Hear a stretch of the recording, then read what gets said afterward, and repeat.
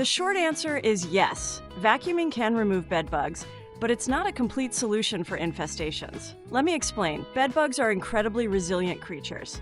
It can even be found in the finest of dining and living conditions. They can survive inside vacuum cleaners if not handled properly.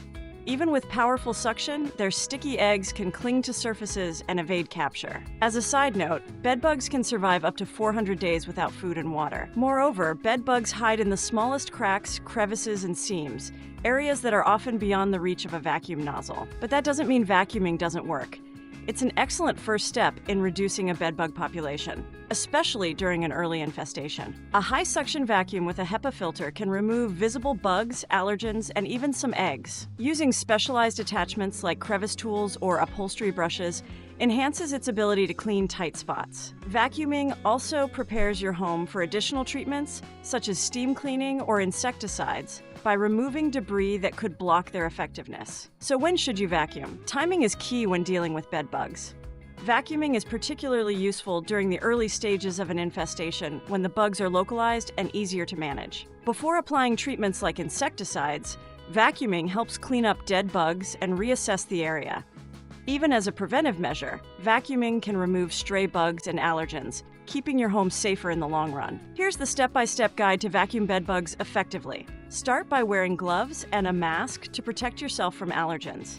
This minimizes exposure to allergens and particles stirred up during the process. Gather your tools: a vacuum with a HEPA filter, a lint roller, and heavy-duty garbage bags, and nylon stockings. You can also use a bedbug-proof mattress cover to encase your mattress and box spring, trapping bedbugs inside and preventing their spread. Before vacuuming, use a steam cleaner on areas like mattress seams, upholstered furniture, and baseboards. Steam at a high temperature penetrates deep into cracks and fabrics, killing bugs and eggs that the vacuum might miss. When vacuuming, set your machine to its highest suction setting and attach a crevice tool for precision cleaning. Look for small rust-colored stains, shed skins, or tiny black spots on mattresses and furniture. These are common signs of bed bugs. Use a nylon stocking in the vacuum nozzle to trap bugs and debris effectively. This creates a barrier, trapping bugs and debris.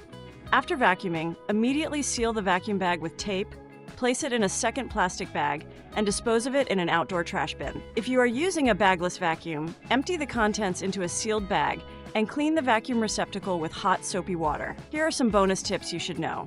Bedbug heaters are arguably more effective in killing bedbugs than vacuuming and steaming. You can use mattress encasements after vacuuming to trap any surviving bugs and prevent them from spreading further. Wash bedding and clothing in hot water regularly, and reduce clutter to minimize hiding spaces for bedbugs.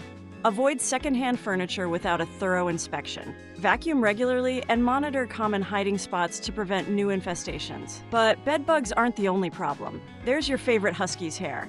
Check out this video for 3 best vacuums for husky hair in 2025.